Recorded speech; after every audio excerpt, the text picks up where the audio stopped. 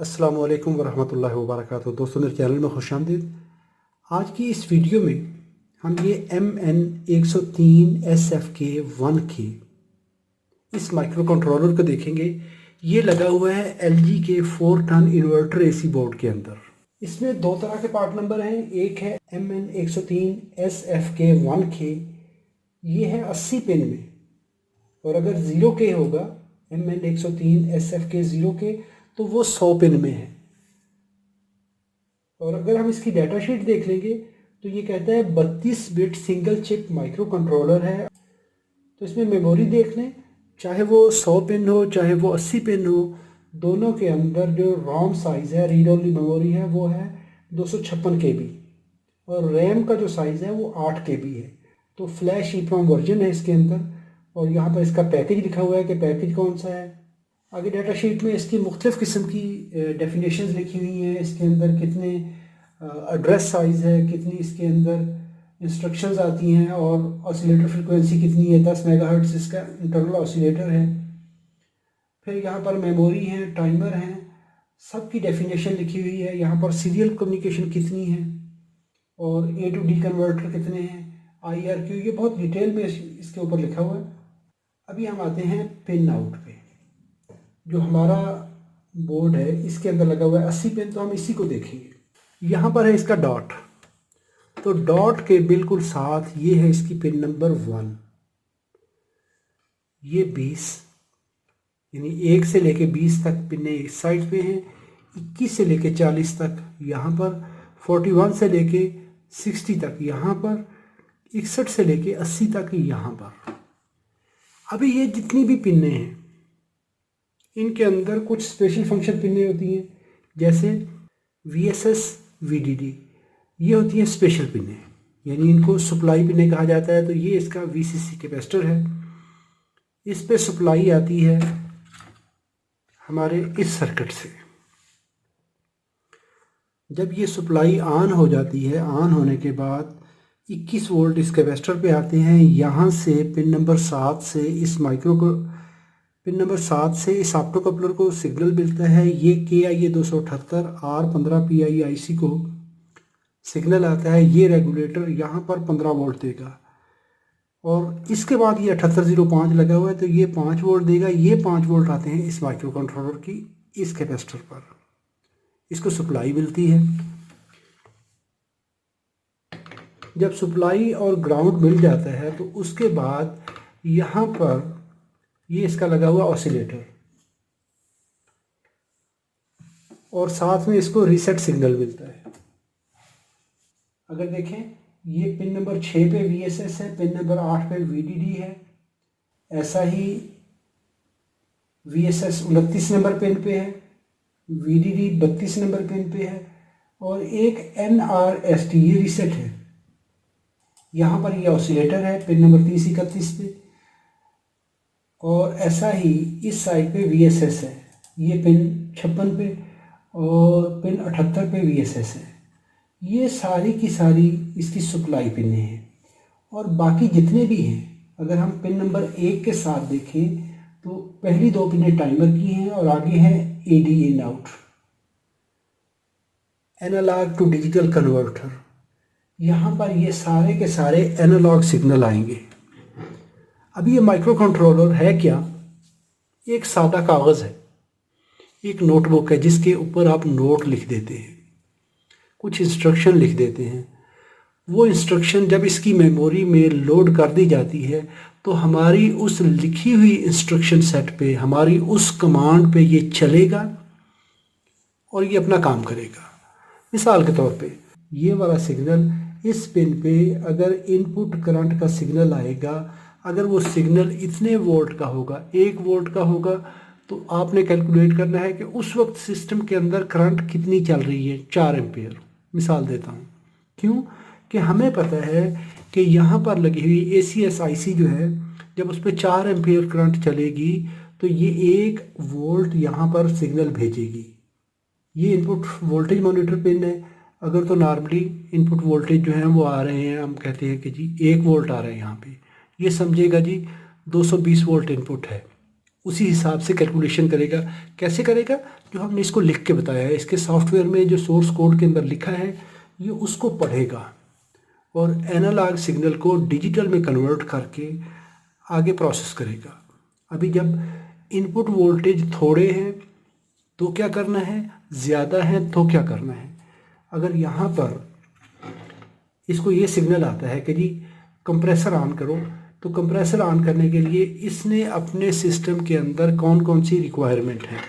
अगर यहाँ पर कमांड आ जाती है कि जी कंप्रेसर ऑन करो, तो कंप्रेसर के लिए इसको पता होना चाहिए कि जो सेंसर लगे हैं उन पर टेम्परेचर मेजर करना है, टेम्परेचर चेक करेगा।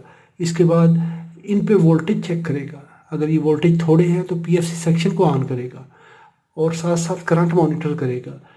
और सारे वोल्टेज मॉनिटर करने के बाद, तमाम सेंसर्स को चेक करने के बाद फिर ये क्या करेगा, यहाँ से सिग्नल आउट करेगा पीडब्ल्यूएम ड्राइव का।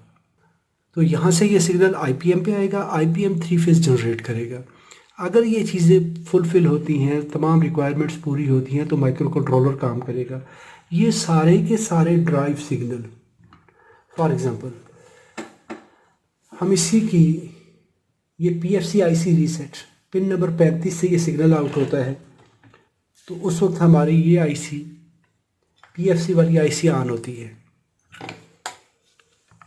ये पीएफसी आईसी ऑन होगी, पिन नंबर 35 से सिग्नल आउट करना है। कब करना है? जब इसको ये कमांड मिलेगी। अगर कमांड मिली, इसने आगे अपना नेक्स्ट ऑर्डर जारी कर दिया, इस आईसी को कहा कि तुम टर्न ऑन हो जाओ। इस आईसी ने फिर अपना काम करना है। इसने यहाँ पर वोल्टेज देखने हैं, यहाँ पर वोल्टेज देखने हैं, कितनी करंट चल रही है, ये सारी चीज़ें मॉनिटर करने के बाद यहाँ पर ये जो करंट है इसको मॉनिटर करेगा कि ये जो आईजीबीटी हैं वो करंट पूरी ले रहे हैं, थोड़ी ले रहे हैं, ज़्यादा ले रहे हैं, शॉर्ट सर्किट तो नहीं हो रहा, स्विचिंग हो रही है नहीं हो रही, ये सारे ब्ला ब्ला ब्ला जितने भी काम है ये सारे करेगा। करने के बाद अगर कोई एरर होगा तो यहाँ से ये पिन नंबर 11 से सिग्नल देगा, इस जगह पे पहुँचा देगा। इसको बता देगा कि जी यहाँ पर इस सर्किट के अंदर फॉल्ट है। आईपीएम फ़ौरन एक तो ड्राइव ऑफ करेगा सारी की सारी, इसको भी ड्राइव ऑफ कर देगा कि भाई तुम अपना काम रोक दो, और साथ में इंडोर यूनिट को कमांड दे देगा। अभी ये सारा कैसे होता है, ये सारे का सारा इसके सॉफ्टवेयर में लिखा हुआ है, जो सॉफ्टवेयर यहाँ पर आपने डिफ़ाइन कर दिया। अभी यहाँ पर समझने की बात एक ये है कि चूँकि ये एक ब्लैंक चिप है, हम बाज़ार से लाएं MN103 SF के 1K या 0K जो आईसी लाते हैं, उसको हम यहाँ पे लगाएंगे तो ये आईसी काम नहीं करेगी। हम लाएं तो ब्रांड न्यू है, क्योंकि इसको चाहिए सॉफ्टवेयर, इसको चाहिए कोड, इसको रास्ता चाहिए, आपने जो रास्ता बताना है इसको, तो इसको जो सॉफ्टवेयर चाहिए वो हर बोर्ड का डेडिकेटेड होता है। इस बोर्ड के लिए ये जो 4 टन बोर्ड है, 4 टन के अंदर ये माइक्रो कंट्रोलर लगा हुआ है, तो अगर इसके अंदर ये बाकी चीज़ें लग जाएँ, ये कैपेसिटर लग जाए और आईपीएम की वैल्यू चेंज हो जाए, यहाँ पर करंट सेंसर चेंज हो जाए, ये सारी जो कहानियाँ इसमें चेंजिंग होती है, तो ये 5 टन बोर्ड बन जाएगा। तो 5 टन बोर्ड के अंदर ये माइक्रो कंट्रोलर काम नहीं करेगा। क्यों? कि 5 टन के लिए हमें करंट भी ज़्यादा चाहिए, हमें ये वोल्टेज वैल्यू भी ज़्यादा चाहिए। तो इसका मतलब ये हुआ कि 4 टन का कोड वखरा, 5 टन का वखरा, यानी 5 टन के लिए अलहदा से कोड, 4 टन के लिए अलहदा से कोड। इसीलिए माइक्रो कंट्रोलर के ऊपर स्टिकर लगा दिया जाता है उसके सोर्स कोड का। ये बोर्ड EBR 758794, ये पता नहीं कितने ब्रांड्स के अंदर इस्तेमाल हो रहा होगा, मुख्तलिफ कंपनियों ने ये बोर्ड लिया, इस्तेमाल कर लिया। मिसाल देता हूँ, लेकिन कब उस मॉडल के लिए यूनिक होता है जब इसके अंदर कोड डाल दिया जाता है। ये कोड यहाँ पर और यहाँ पर इसकी फ्लैश मेमोरी के अंदर जब ये कोड लगा दिया जाता है, तो फिर ये स्टिकर लगता है कि ये स्टिकर डिफाइन करेगा कि ये बोर्ड एक्चुअली किसके लिए है। यानी 4 टन में भी असेंबली यही है, कंपोनेंट इसी तरह के लगे हुए हैं, 5 टन में भी हुई है, 3 टन में भी हुई है, 6 टन में भी हुई है, लेकिन सबका जो सॉफ्टवेयर कोड है वो डिफरेंट है। अभी यही माइक्रो कंट्रोलर अगर यहाँ पर पिन नंबर 35 से सिग्नल आउट कर रहा है, इसके लिए हो सकता है कि यही माइक्रो कंट्रोलर डाइकन के बोर्ड के अंदर लगा है, तो वहाँ पे हो सकता है कि इस आईसी को ऑन करने के लिए जो सिग्नल है वो सिग्नल पिन नंबर 30 से आउट हो रहा हो। यानी इसके सॉफ्टवेयर के अंदर इसको बताया गया है कि ये जो आईसी लगी है वो पिन नंबर 35 पे है, लेकिन डाइकन के अंदर माइक्रो कंट्रोलर यही है, या एयरवेल के बोर्ड के अंदर भी माइक्रो कंट्रोलर यही होगा, तो हो सकता है पिन नंबर 40 से वो सिग्नल आउट कर रहा हो। तो हम कोई भी माइक्रो कंट्रोलर दूसरे बोर्ड के अंदर यूज़ नहीं कर सकते। हाँ, 4 टन का माइक्रो कंट्रोलर 4 के अंदर ही इस्तेमाल होगा, उसी एलजी के अंदर इस्तेमाल होगा। एलजी 4 टन के अंदर तो इस्तेमाल हो सकता है, लेकिन एलजी 4 टन का डाइकन 4 टन के अंदर इस्तेमाल नहीं होगा। क्यों? कि उसमें ये सारी पिन इसकी प्रोग्रामेबल होती हैं। ये इसको हमने खुद बताना होता है कि कौन सी पिन कहाँ पे इस्तेमाल करनी है। तो ऐसे ही अगर देख लें, इसकी लेफ्ट साइड पे पिन है एनालॉग टू डिजिटल कन्वर्टर की। इसके बाद यहाँ पर टाइमर है, पिन नंबर 21 से लेके पिन नंबर 40 तक इसके टाइमर और IRQ इंटरप्ट रिक्वेस्ट होती है कि कभी भी कोई फॉल्ट हो जाए तो ये सबसे पहले इस पे अमल करना है। तो IRQ जो होती है, बाकी सारे काम बाद में, अगर जब भी उस पर कोई कमांड आएगी IRQ पे, तो ये बाकी सारे काम छोड़ेगा, उसको पहले नंबर पे उसको हल करेगा। फॉर एग्जाम्पल शॉर्ट सर्किट होता है तो बाकी सारे काम छोड़ देगा, फिर कंप्रेसर नहीं देखेगा कंप्रेसर चल रहा है कि नहीं चल रहा। शॉर्ट सर्किट में फ़ौरन से उस पिन पे आने वाली कमांड पे उस पर जो वोल्टेज आएंगे, होते वोल्टेज ही हैं, आपने इसके अंदर सॉफ्टवेयर लिखा, फिर इसने आगे वोल्टेज को डील करना है। कहीं पे वोल्टेज इन कर रहा है, कहीं पे आउट कर रहा है। मिसाल के तौर पे यहाँ पर ये सिग्नल देता है इसकी पिन नंबर 16 को कि जी अपनी करंट सेंस आईसी ऑन कर लो। जब ऑन हुई तो उसके बाद जितनी सिस्टम के अंदर करंट फ्लो होगी, इसने डिजिटल 5 वोल्ट का सिग्नल दिया ऑन करने के लिए।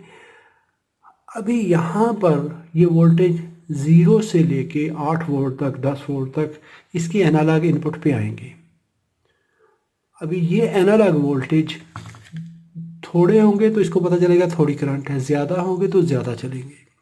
तो ये उस वोल्टेज को मॉनिटर करेगा। हमने लिखा कोड को इसने डिकोड किया और फिर उसको प्रैक्टिकली कंप्यूटर के थ्रू, जो इसका लॉजिकल कंप्यूटर है उसके थ्रू इसने कैलकुलेट करना है, कैलकुलेट करके प्रोसेस करना है। ऐसे ही अगर कोई प्रॉब्लम आता है कहीं पे, तो वहाँ पर ये LEDs लगी हुई हैं एरर कोड जनरेट करवाने के लिए, तो इनको जनरेट करवा देगा। ये सारे के सारे जितने भी फंक्शन हैं ये लॉजिकली कर रहा होता है सॉफ्टवेयर को देखते हुए। अभी यहाँ पर मुख्तलिफ सिग्नल हैं, हम उनको देख लेते हैं। यहाँ पर देखें तो ये फ़ैन ट्रांसमीटर रिसीवर की ये सिग्नल आ रहे हैं। ऐसे ही बाहर की दुनिया के साथ ये इसका कम्युनिकेशन नेटवर्क है। यहाँ पर देखें ये ऑप्टो कपलर लगा हुआ है 356, इसकी ये इनपुट साइड है। भी देखिए जो इनपुट साइड होती है LED वाली साइड, वो होती है ड्राइव साइड। तो इसका मतलब है यहाँ से ड्राइव से सिग्नल आएगा कनेक्टर से, और ये अभी माइक्रो कंट्रोलर को वो कोड भेजेगा। यहाँ पर वो कोड आएगा, इस कोड को डिकोड करेगा। अगर माइक्रो कंट्रोलर ने बाहर की दुनिया के साथ रब्ता करना है तो ये आईसी ये वाली ये सिग्नल सेंड करेगी इंडोर यूनिट को, या जो कम्युनिकेशन बोर्ड है उसके साथ। बाकी जितने भी सिग्नल हैं वो यहाँ पर ये देखें मॉनिटर भी किए हुए हैं। यहाँ पर इंटरलीव्ड शंट रेजिस्टेंस, ये V आउट, यहाँ पर interleaved shunt resistance S sense pin है, इनपुट वोल्टेज है, इनपुट करंट है। इसके बाद वोल्टेज DC लिंक है, टेम्परेचर हीट सिंक का टेम्परेचर है। यहाँ पर ये सिग्नल आ रहा है हीट सिंक टेम्परेचर का, तो हीट सिंक टेम्परेचर जो है ये यहाँ पर लगा हुआ है, ये यहाँ पर लगा होता है। NTC हमारा यहाँ पे लगा हुआ है। यहाँ से सिग्नल चलता है, चलने के बाद माइक्रो कंट्रोलर की एनालॉग पिन पे वो वोल्टेज आ रहे होते हैं। सेंसर की एक साइड पे कुछ वोल्टेज दिए, आगे वो रेजिस्टेंस है, रेजिस्टेंस जितनी चेंज होगी वोल्टेज उतने कम या ज़्यादा होंगे, इसको पता चलता जाएगा, ये वोल्टेज मिलते जाएंगे। ऐसे ही देखें PFC IC फॉल्ट, ये वाला सिग्नल जो मैं कह रहा था कि उसकी पिन नंबर 11 से सिग्नल आता है, तो इस रेजिस्टेंस पे आता है। यहाँ से गुजरने के बाद ये सिग्नल यहाँ पे आ जाता है। ये सिग्नल सारे के सारे प्रोसेस होने के बाद PFC IC रीसेट है, CT इनेबल है, ट्रांसड्यूसर IC की बात कर रहे हैं तो ये सिग्नल यहाँ पे देखें, ये सिग्नल इस IC की पिन नंबर 16 पे आ रहा होता है यहाँ से। और अगर कोई फॉल्ट आएगा तो फॉल्ट ये वहाँ पे सिस्टम को पता चल जाएगा। अभी इसकी बैक साइड पे देख लें तो यहाँ पर इन्वर्टर करंट एरर है। अगर उसका हमारे IGBT जो है वहाँ पे प्रॉब्लम आती है तो ये इन्वर्टर करंट का फॉल्ट आएगा। आगे मेन ट्रांसमीटर रिसीवर है, इनपुट करंट, ये वाला पॉइंट जो है ये हमारी ACS 710 IC current sensor IC है, वहाँ से आ रहा होता है। VI आउट, ये वो सिग्नल है जो कि करंट की वैल्यू होती है, एग्जैक्टली करंट कितनी है, ये वो सिग्नल है। ऐसे ही यहाँ पर EEPROM के कम्युनिकेशन है, EEPROM का SDA सिग्नल है, EEPROM का क्लॉक सिग्नल है, ये वो चीज़ें हैं जो कि EEPROM के साथ रब्ता करवाती हैं इसकी। PFC IC रीसेट है, CT इनेबल है, ऑटो चेक पॉइंट है, मेन कम्युनिकेशन ग्राउंड है, फैन रिसीवर है, फैन ट्रांसमीटर है, BLDC फैन मोटर की PWM सिग्नल है। ऐसा ही यहाँ पर देखें तो इसके इस साइड पे जो पिन नंबर 61 से लेके 80 तक है, ये है इसकी PWM पिन है। तो इनको देखें, ये सिग्नल जितने भी आउट हो रहे हैं ये सारे के सारे ड्राइव आती है IPM के लिए। तो IPM को जो सिग्नल आता है वो यहाँ से 6 सिग्नल IPM के लिए आउट होते हैं इस पॉइंट से, BLDC मोटर के लिए और IPM के लिए। ये सिग्नल यहाँ से जनरेट होंगे, यहाँ पे आ जाएंगे। तो ये हमारा IPM, ये 6 की 6 लाइनें, यहाँ पर ये जो सिग्नल आ रहे हैं यहाँ से रजिस्टर के थ्रू बफर होंगे, IPM को मिल जाएंगे।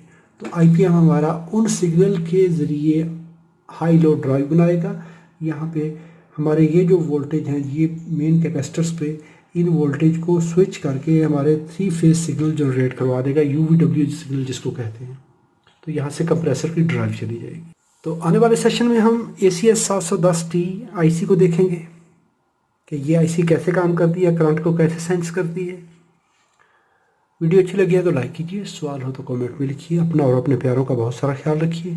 अल्लाह रब्बुल इज़्ज़त आप सबको सलामत रखे, अपनी हिफाजत में रखे। अस्सलामु अलैकुम व रहमतुल्लाहि व बरकातुहू।